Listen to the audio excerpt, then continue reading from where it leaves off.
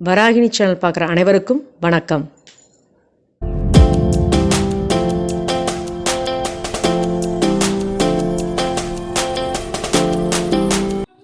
இன்றைக்கி என்ன வீடியோ பார்க்க போகிறோம் அப்படின்னா, குலோப் ஜாமுன். அதாவது வீட்டிலேயே நம்ம அந்த குலோப் ஜாமுன் மாவு வந்து தயாரிக்கலாம். அப்படியே நம்ம குலோப் ஜாமுன் போடலாம். அதுக்கு தேவையான பொருள்லாம் பார்க்கலாம். சம்பா ரவை கோதுமை மாவு 1 டம்ளர், நாட்டு சர்க்கரை 1 டம்ளர், பால் வந்து 3 டம்ளர் எடுத்துக்கணும். அவ்வளோதான் இதனுடைய ரேஷியோ. வித்தின் செகண்டில் குலோப் ஜாமுன் ரெடி. வாங்க வீடியோக்குள்ள போகலாம். நான் வந்துட்டு பால் 3 டம்ளர் சொன்னேன் இல்லையா, 1 டம்ளர் ஊற்றிருக்கேன். 3 டம்ளர் பாலை நம்ம வந்துட்டு 1 டம்ளர் பாலை நம்ம வந்து சுண்ட காய்ச்சணும். 3 டம்ளர் ஊற்றிருக்கேன்.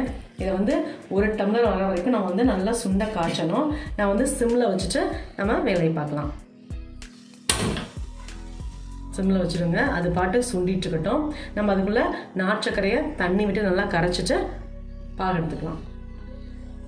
இப்போ நாட்டுச்சக்கரை பாகு எடுக்கிறதுக்கு வந்து 1 டம்ளர் நாட்டுச்சக்கரை எடுத்துருக்கேன் இல்லையா, அதுக்கு 1.5 டம்ளர் தண்ணி விட்டுக்கணும். 1 டம்ளர் தான். இதை நல்லா கரைச்சிட்டு வடிகட்டிட்டு அதுக்கப்புறம் தான் நம்ம பாகு எடுக்கணும். நாட்டுச்சக்கரை ஆட் பண்ணி மட்டும்தான்.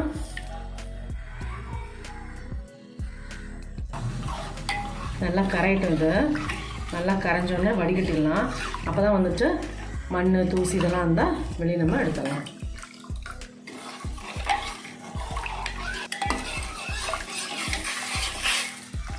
பாருங்கள், நாட்டுச்சக்கரை நல்லா கரைஞ்சிருச்சு. நம்ம வடிகட்டிட்டு அதுக்கப்புறமா நம்ம புல்ல வச்சுக்கலாம். நான் ஸ்டவ் வந்து ஆஃப் பண்ண போகிறேன். பாருங்கள், பாகை நல்லா வடிகட்டிக்கணும்.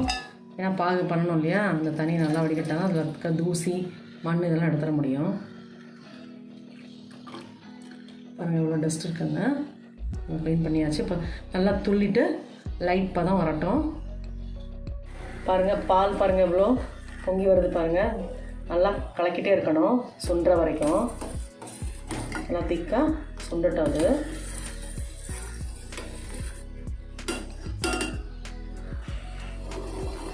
பாருங்கள், நல்லா வந்து துள்ளிடுச்சு. இது வந்து பாகம் கிடையாது, பிசுபிசுப்பு தன்மை இருந்தால் மட்டும் போதுமானது. வேறு எதுவும் பண்ண வேண்டியதில்லை. இப்போ வந்து நான் ஸ்டவ்வை வந்து ஆஃப் பண்ண போகிறேன். 3 டம்ளர் பால் எந்த அளவுக்கு சுண்டிருக்கு பாருங்கள். இந்த அளவுக்கு சுண்டணும். பாருங்கள், பேஸ்ட் மாதிரி ஆகிடுச்சு சூப்பராக. இதுக்கப்புறம் நம்ம வந்துட்டு மாவை போட்டு நம்ம நல்லா பிசைஞ்சிக்கணும். அது மட்டும் இல்லாமல் சூடு ஆறிடணும். நல்லா சூடு ஆற வச்சுட்டப்பறம் தான் நம்ம மாவை போட்டு பிசையணும். நல்லா சூடு ஆறிடுச்சு. இப்போ நான் வந்து மாவை ஆட் பண்ண போகிறப்போ நல்லா கெட்டியாக குலோப் ஜாமுக்கெல்லாம் பிசைவோம் இல்லையா, அந்த மாதிரி நல்லா பிசைஞ்சிடணும்.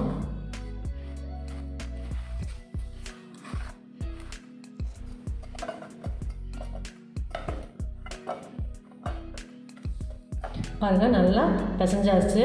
சூப்பராக இருக்குது. மாவு பார்த்திங்க அப்படின்னா ஒட்டாமல் வந்தாச்சு. பாருங்கள், நல்லா ஒட்டாமல் சூப்பராக இருக்குது. இது வந்து என்னென்னா, நீங்கள் தண்ணியோ வேறு எதுவுமே நீங்கள் ஆட் பண்ண வேண்டாம்.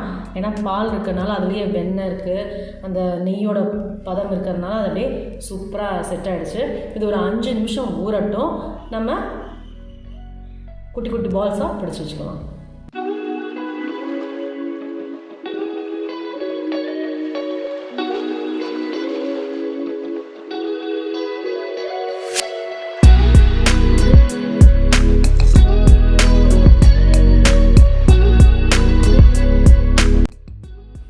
இப்போ எண்ணெய் வந்து நல்லா சூடாகிடுச்சு.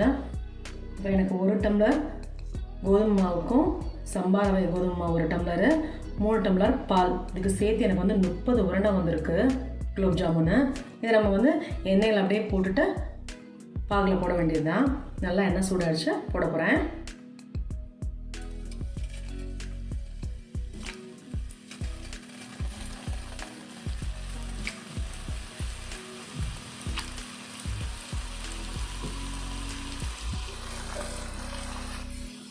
நல்லா எண்ணெய் சூடான அப்புறம் நான் வந்து சிம்மில் வச்சுட்டேன். அப்போ தான் நல்லா வேகும் இல்லையா, அதனால். பாருங்கள், கலர் மாறுது சூப்பராக. பாருங்கள், நல்லா கலர் சேஞ்ச் ஆகிடுச்சு பார்த்தீங்களா, நல்லா வெந்தாச்சு. இப்போ அப்படியே எடுத்துட்டு நம்ம அப்படியே பாலில் ஆட் பண்ண வேண்டியது தான். பாருங்கள் அப்படியே சுட சுட அதில் சொல்லலாம். ஏன்னா பாகம் வந்து ஆறிடுச்சு இல்லையா, அதனால்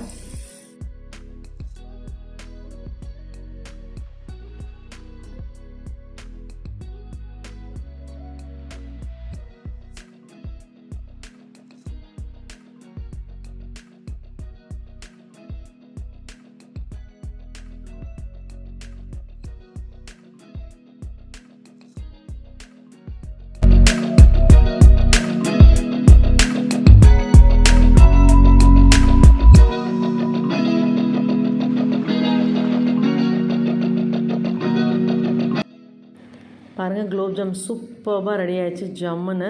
நீங்களும் இதே மாதிரி வீட்டில் ட்ரை பண்ணி பாருங்கள். என்னோடய சேனலை சப்ஸ்கிரைப் பண்ணுங்கள், மறக்காமல் பெல் ஐக்கானை கிளிக் பண்ணுங்கள். Good food good life. Thank you.